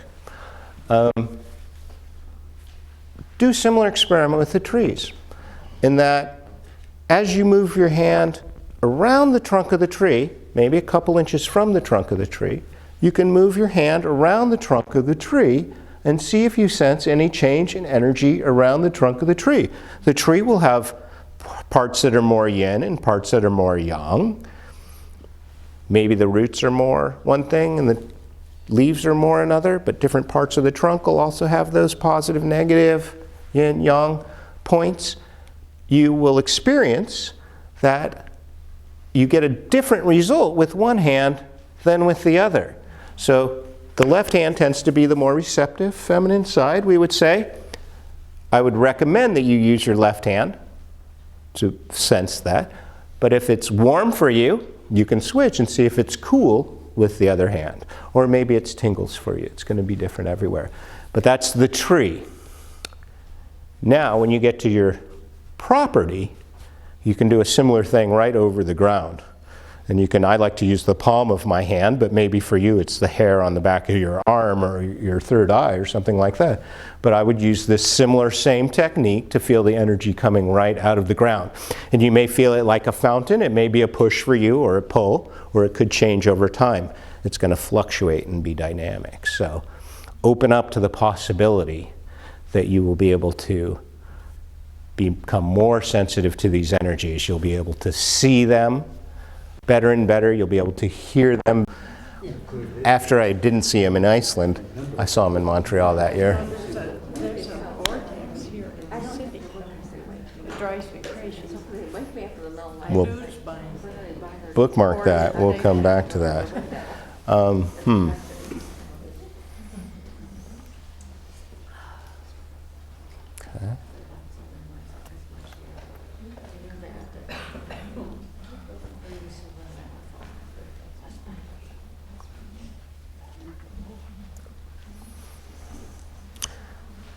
Did you have a comment, question? How, with the current climate changes and all that, how is that having an impact with the vortexes? Mm-hmm. Okay. With climate change, how does climate change affect the vortexes? I'm going to broaden your question just a little bit, because often people are also wanting to know, what about continents shifting and magnetic pole moving faster now, because that's also happening. So let's look at the Earth star globe for a moment. From my standpoint, as a student of alchemy, alchemy is about understanding how the materials are put together. Materials themselves, whether we're talking atoms or molecules or fabric or wood. If you're working with wood, or if you're working with fabric or your aromas, I consider that to be a kind of an alchemy. Or lead? Well, sure, there's definitely alchemists who are chemists working with metals. I consider what I'm doing here a kind of an alchemy, in that we're wanting to understand how things are put together, how the materials are put together, so that we can better work with them. I spent a fair amount of time doing woodworking, and there's definitely an alchemy there. Moisture, hardness, grain, every piece of wood is different. You've got to learn how things are put together in order to figure out how to work with them. So the question is, how are changes in the climate, changes in the magnetic field, changes in the actual location of the land masses, how is that affecting the vortexes? Everything in creation has a geometry to it. It takes a visionary, I think, to see geometry at this kind of a scale, but what the Earth star globe is showing us is that there is a geometry to the Earth, and that is the geometry that this is showing us is the combination of two simpler shapes, the icosahedron and the dodecahedron. Those are combined in this shape. And this proves itself as a good model. It is just a map, it's a model, but it is a useful model, and that is the measure of any model, is how useful is it. Did this go around the room? Okay. So what you saw is that the points, the actual points, and the diamond centers all tend to fall on significant geologic points. This red color in here is seismicity, earthquakes and volcanoes. And you see down the center of the Atlantic Ocean, there's a very good correspondence with those deep sea trenches with the geometry. You get to see also the correspondence of the geometry with the shape of the coastlines. And this light blue, that's wind and water currents. So what we see is that this geometric model is a very good model of the Earth. And we see similar geometries on other planets as well. This, again, is the icosahedron and dodecahedron. But there's the, sure. Remember that. I don't know if anybody else is confused at that, but I can't remember which one is which. Sure. Is there a simple? No, it's like trying to remember which is latitude and longitude. So this is the stand on which the globe sits. These, again, Beth Hagens and Bill Becker produced this thing. Originally, I published it. It's you can get it online for $25, but I'm doing them for $20 today. But this is the little stand that it sits on, and this does show you the 5 so-called platonic solids. But you could pass that around as well if you like. The 5 simplest geometric shapes. We've got the tetrahedron, which is like a pyramid but with a triangular bottom. The icosahedron, which has octahedron, which has 8 sides. The cube, and then the icosahedron and dodecahedron. Now the icosa and dodeca, they nest perfectly. One has points where the other has faces. So when you combine them, now you've got this shape. So everything in creation has a geometry to it. That's my point.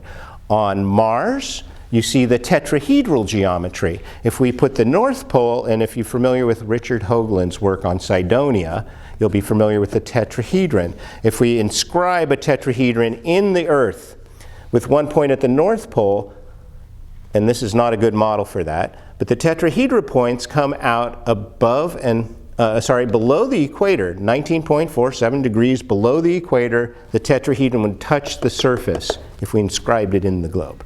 We could flip it over. Star tetrahedron inside here, point at the bottom, other tetrahedral points coming out at 19.47 degrees north latitude, okay? So we see that. Cydonia on Mars, 19.47.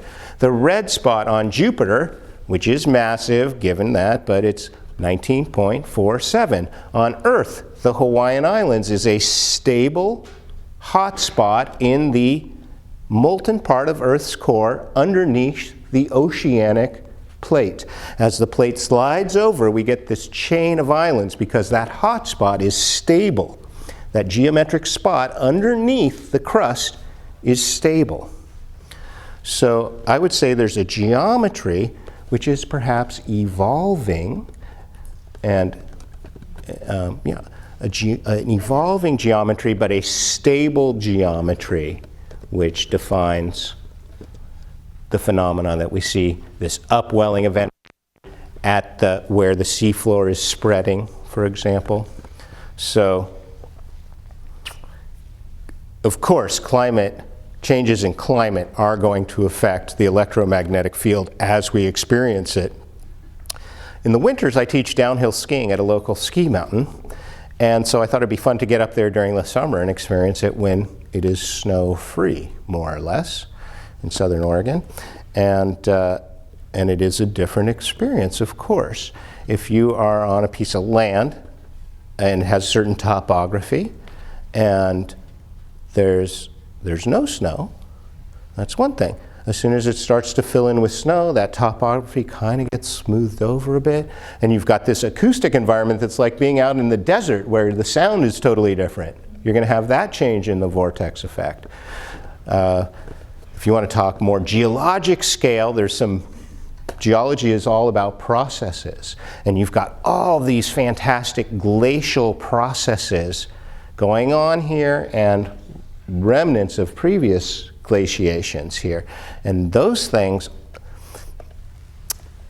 I mentioned quartz crystal underground. Silica is the most abundant, or one of the most abundant elements on Earth. When it's in crystal form, that's quartz crystal, silica dioxide. Under pressure, it has an electrical potential. It gives off a spark, actually gives off a spark. And the entire state of Arkansas and beyond is one single piece of quartz crystal underground there. Yeah, it's the largest unitary piece of quartz crystal. It extends past state lines on both sides, Arkansas. So under pressure, quartz crystal's piezoelectric. Well, underground, it's under pressure. Well, imagine for a moment, a mile thick ice sheet, the weight and pressure on the landscape, and let's talk about a daily cycle for a second.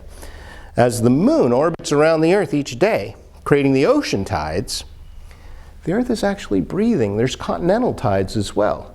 And so the Earth is doing kind of this thing throughout the day as the moon orbits around.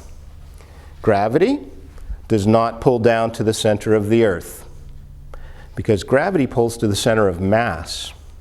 So as the moon orbits around the Earth each day, the center of mass is actually orbiting around inside of the Earth, and gravity, which is measured in x, y, and z vectors, is changing throughout the day. So on a daily cycle, we get these continental tides going on and a changing electrical potential from the quartz crystal underground. So that's a daily cycle, but now think of geologic cycles where you've got this mile-thick glacial sheet on top of the landscape, so much pressure, and then as the glaciers recede, the continents actually rebound. They gain elevation as the ice sheet melts. And so then you've got, for example, the Sierra Nevadas, that massive granitic batholith, that's the entire Sierra Nevadas that you see so beautifully at Yosemite. Yep, got that right. Where the granite's exposed, you get half dome, you get this granite has this life cycle where it's born as magma. Magma does not have a magnetic field to it. It comes up and cools as lava. So if this were the Earth of the magnetic field of the Earth, the magma comes up at a certain temperature, it's past the Curie point, has no magnetic alignment. It cools, it's going to align and take on the magnetic field of the Earth at the time. But the Earth's magnetic field is going to be changing over time. Now you've got a lava field with the paleomagnetic signature, the former magnetic signature. So any lava field is going to be a magnetic anomaly. Where the lava's coming up, the magma's coming up continuously, you have a record of the historic magnetic field of the Earth. So Yosemite, for example, now, you've got the granite, which when it was born, it had a certain magnetic signature to it. And during its life cycle, it's exfoliating. It's like flaking off, and that's why you get that beautiful half dome and the arches at Yosemite. So granite has this, it's born and it has this lifetime. So that is, those geologic processes, they're, to my mind, all part of the vortex effect. Wow, what a robust question.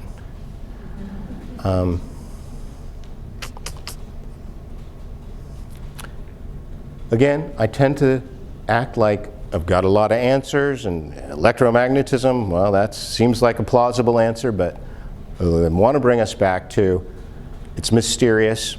I don't have all the answers. It's not just electromagnetism.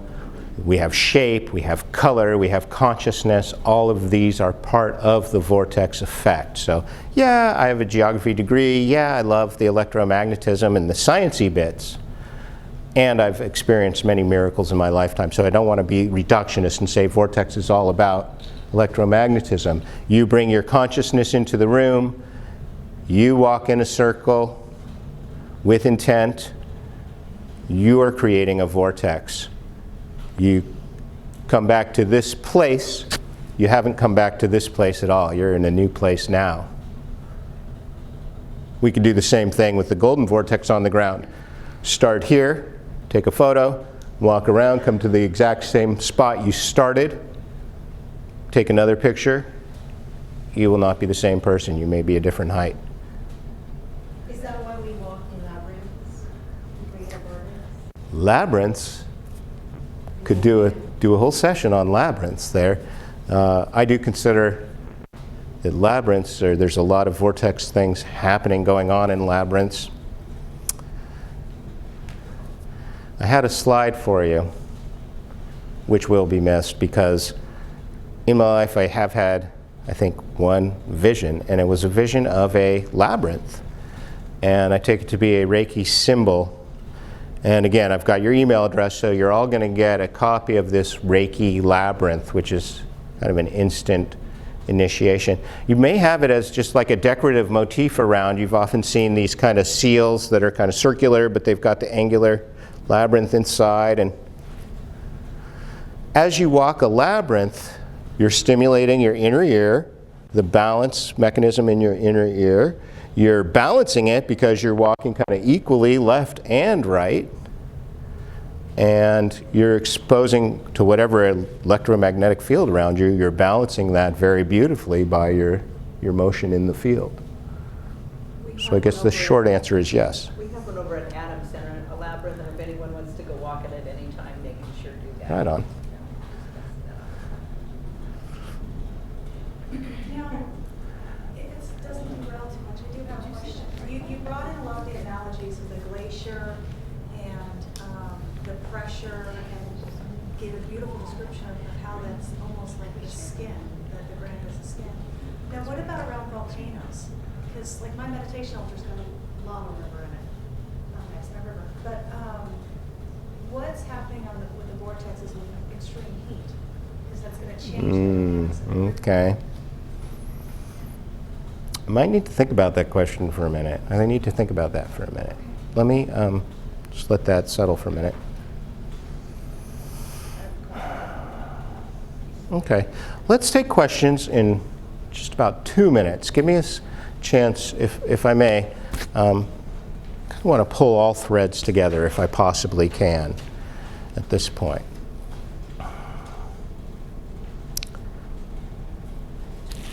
Sometimes I suggest to people that, the topic of meditation comes up. And people say, oh, I can't meditate. You know that? You have a friend who's like, oh, I'm not creative. Right? Now that puts me in the argumentative mood. And I'm like, oh, yes, you are. You may not think of yourself as a meditator per se, but maybe when you're doing your needlepoint, you get into the zone, and it's a very one-pointed, pun intended. The world disappears, and time goes by, and you look up, and the whole night is gone, and then maybe it's playing Chutes and Ladders with my grandson. Whatever it is for you, you do have a kind of a meditative practice. When you open up and you think about meditation more broadly, it doesn't have to be sitting quietly with a mantra, doesn't have to be gazing at a candle or a mandala. It could be qigong, right? Moving meditation, walking meditation. There's kind of an infinite number of meditative techniques when you open up the definition a little bit. And I would say the same with alchemy. To my mind, I consider you all to be students of alchemy.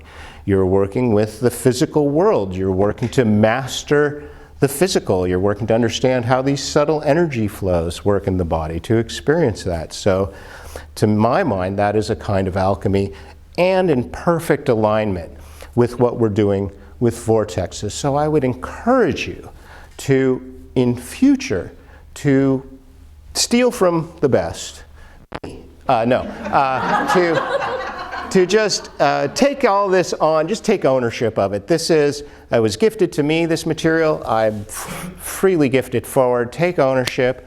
As you work in your healing practice, keep in mind this essential unity between the human energy field and the place. And as you see someone in in a clinical setting, if they come to your home, be mindful that you are missing their location. You haven't done a home visit. There are factors in their environment that are impinging on them all the time. And it's challenging to heal if you keep going back into that energy that was perhaps part of the causative principle in the first place. So as you work with yourself in your own energy and you work with clients, be mindful that there is no separation between yourself and your client and their place. And to the extent that you can bring in the energies of place, what I call the vortex effect. Has anybody done color puncture? Where we've applied color to the, and I've received it. received color puncture or sonopuncture, right? Be mindful that these vibrations, these, you could say electromagnetic and beyond, these are everywhere in our environment and impinging on us. And so that we can do similar same kind of assessment to a person's location as we would do to their physical body. And I endeavor to do that for my clients. And when you invite me to your location, we'll look at it very much as you would look at a client. We would begin with some history, and we would do some assessment. We would do some observation. We would listen very closely. We would palpate. And then after some reflection, we would be able to intervene. And our energy fields are very much as an acupuncture needle on the earth. Be present in your place, walk barefoot on the earth, hug the trees, connect with those energies there. It's a unity relationship. As much as you are feeling fed by the earth, these places are calling you. How does it work with apartments? How does it work with apartments? I would say very much the same, very much the same. So, thank you for calling me to Alaska. The gauze on the magnet, do you happen to know what that is? Gauze? That's the measurement of the strength. Oh, of Gauss. the magnet. Oh, okay, yeah, I would say Gauss. I do a couple hours on electromagnetism. You're asking about the measuring of the strength of the magnets themselves. In the device that you're selling. It's a minefield because, of the ones I'm selling. Yeah, that I don't know, actually. The short answer is no. But the Gauss is the measure of the magnetic strength of the thing. The field of magnetism, I mean, it is confused because think from the beginning, the part of our compass that points north, what's that?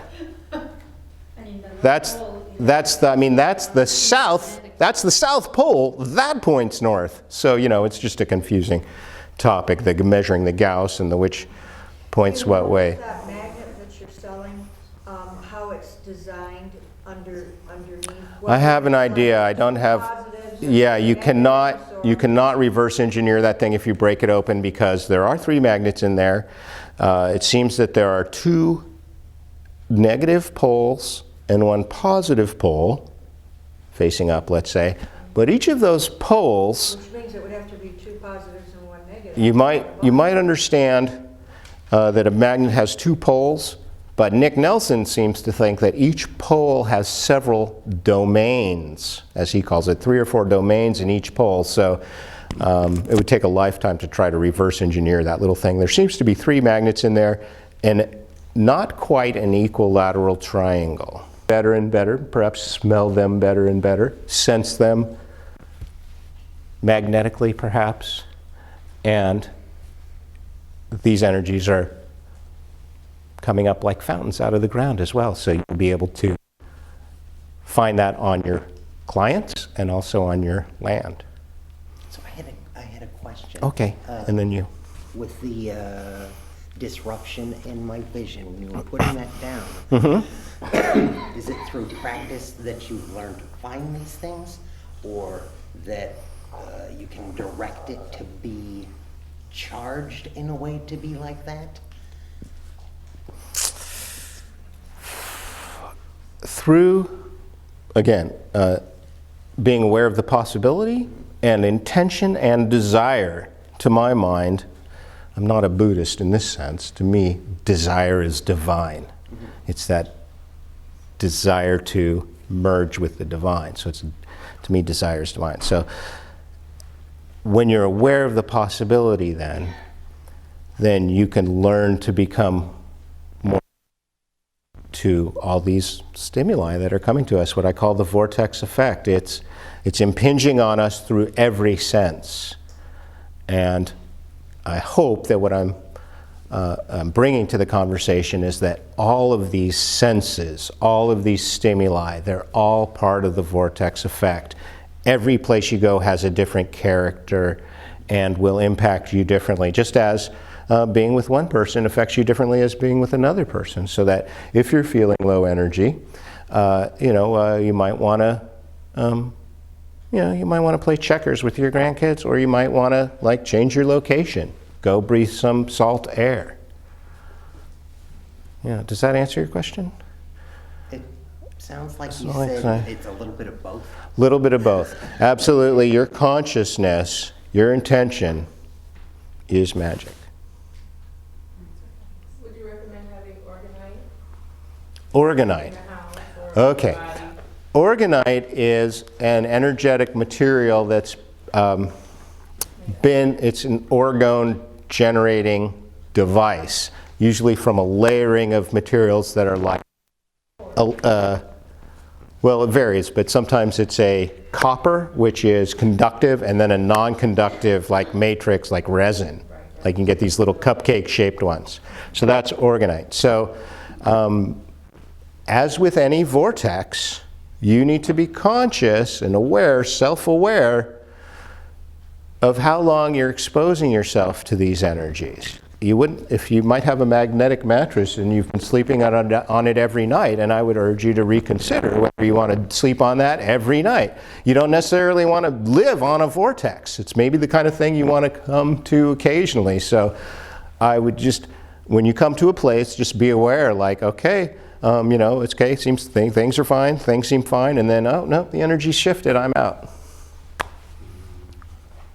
Does that address that? So that's organite. So, bring all trust your own heart in terms of how much to expose yourself to that. Because, of course, what we're trying to do, our goal is to harmonize, and we don't want to overstimulate with any of these energetic materials. Yeah. Did you have a comment? Question?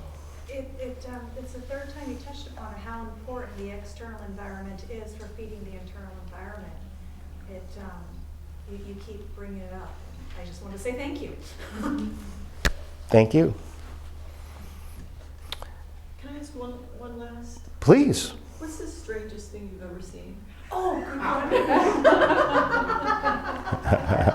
one. Or experience.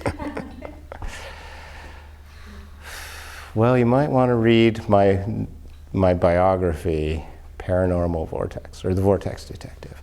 I had a visit from a stranger who, as far as I'm concerned, was one of the ascended masters, manifested a physical body, came to me in disguise.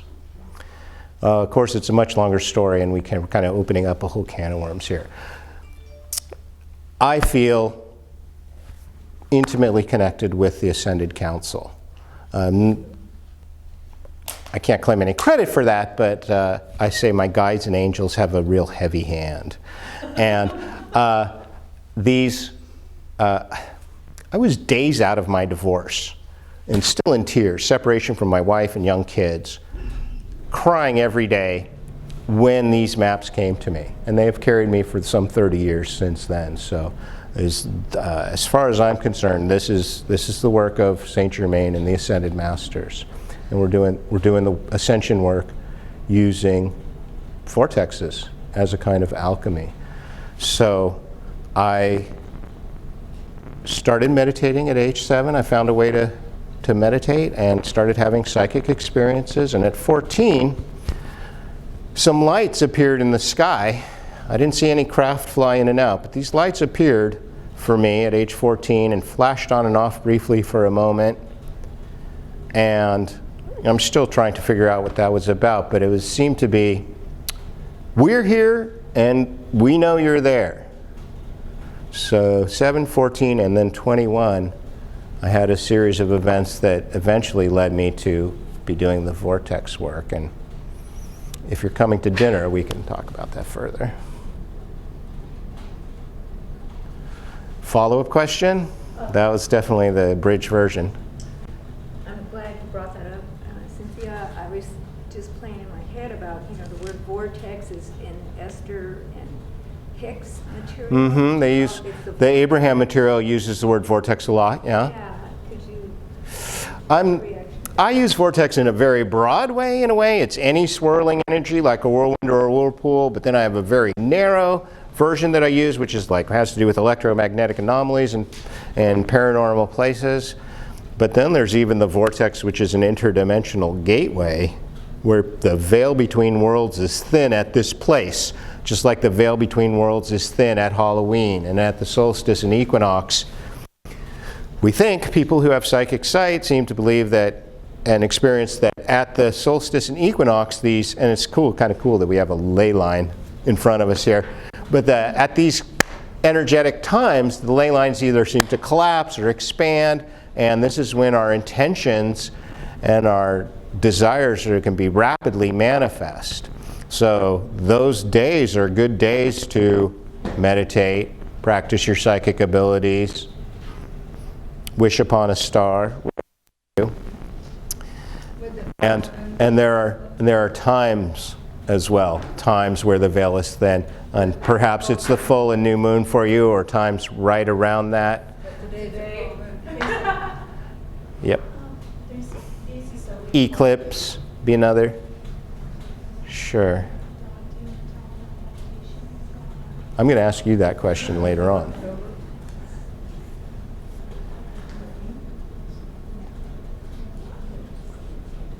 Does it feel like the energy shifted a little bit? Time to close? Then you'll have time to chat among yourselves and everything. So it's been a real honor for me to speak to you today. I thank you very much for the opportunity. Saphira, for bringing me up from Oregon to be here. I'm very grateful to you, Cynthia, and to all of you. Thank you.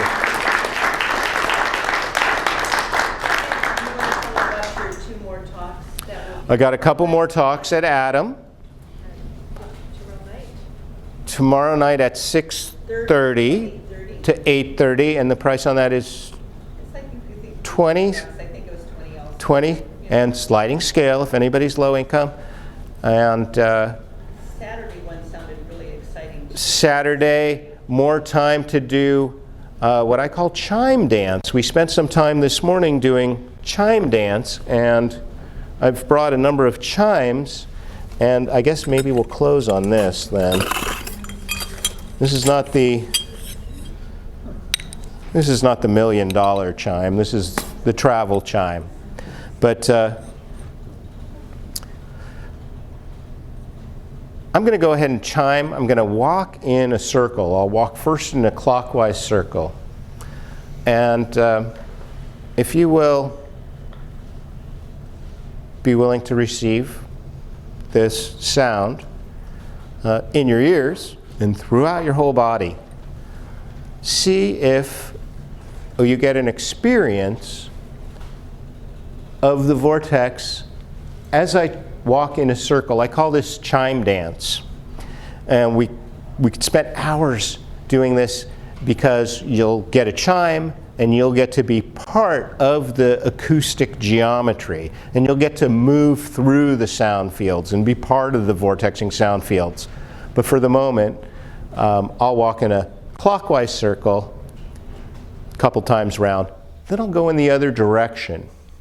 And you just notice if you get a different sensation with the vortexing in different directions. Okay, here we go.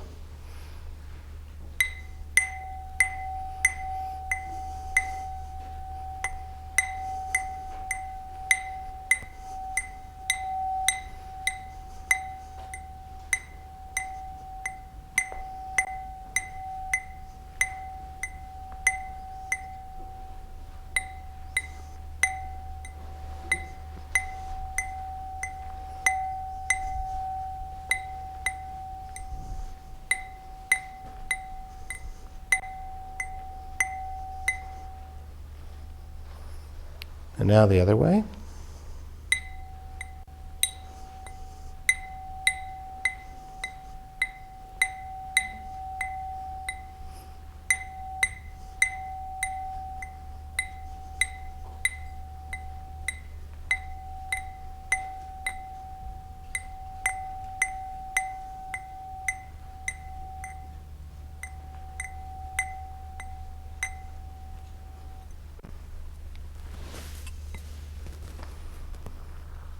Did you experience it differently, depending on the direction that I walked?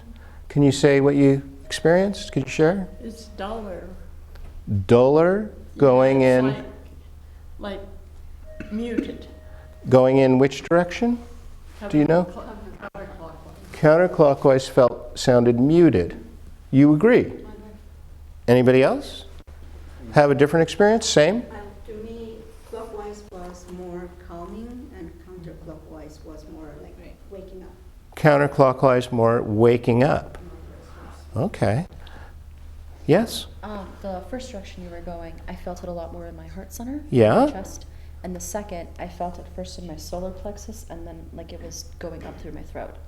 Cool. Okay, so what we're doing is, it's almost non-dimensional, right? It's a point going around in a circle.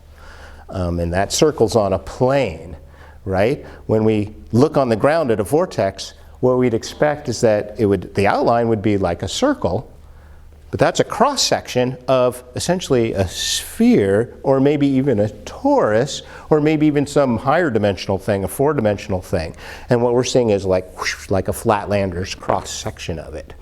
So you can imagine a spiraling energy, a vortex, let's say, and it starts out going this way, which from my standpoint looks like counterclockwise, and it spirals into a point, and then it hits like this little bow tie where it goes like 90 degrees from everywhere, and it comes out the other way, and it expands out, now going the other way.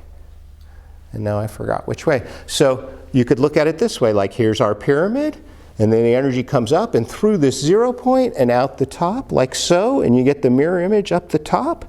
And the pyramid, you could think of the pyramid itself as a kind of geometric map of the Earth, or you could think of it as a model of what's called in magnetism the block wall, where that spiral comes into that 0 point, turns around, and comes out the other way.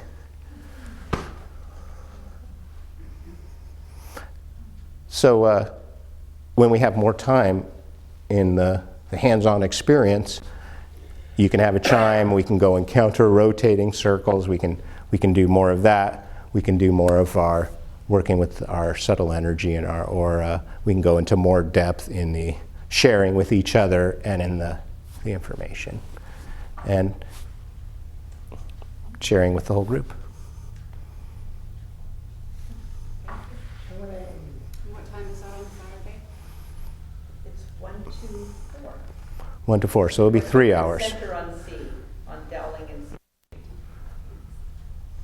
Okay, and then I'm also available for, you can pick up the telephone and call me, and I'm also happy to come out and meet you at your place, and we can assess what's going on at your place. How long are you available for those? I'm going to be here for about a week, aren't I? Because I'm going up to Homer to be with Whirling Rainbow Foundation and White Eagle in Homer next weekend. So I'll be here for. You're going to be here all week? I'll be here all week because we've got an event on the Saturday coming up, don't we? Isn't that right? And the 19th. Yeah. Saturday. So in between, we can go for a walk in the woods together, or shoreline. We can just go for a walk. He does need to be taken downtown and seen the Captain Cook, and you need to do that vortex thing on the Captain Cook thing. I need to get out into the landscape while I'm here. You're invited to come along, take me to your favorite spot. We can see what we can see. And He's staying right here, basically, so we all know where this. you volunteer to come on a walk with me? Yes. Great, great. Let's just make sure you get the number and everything. I've got business cards for everybody, so you can send me an email.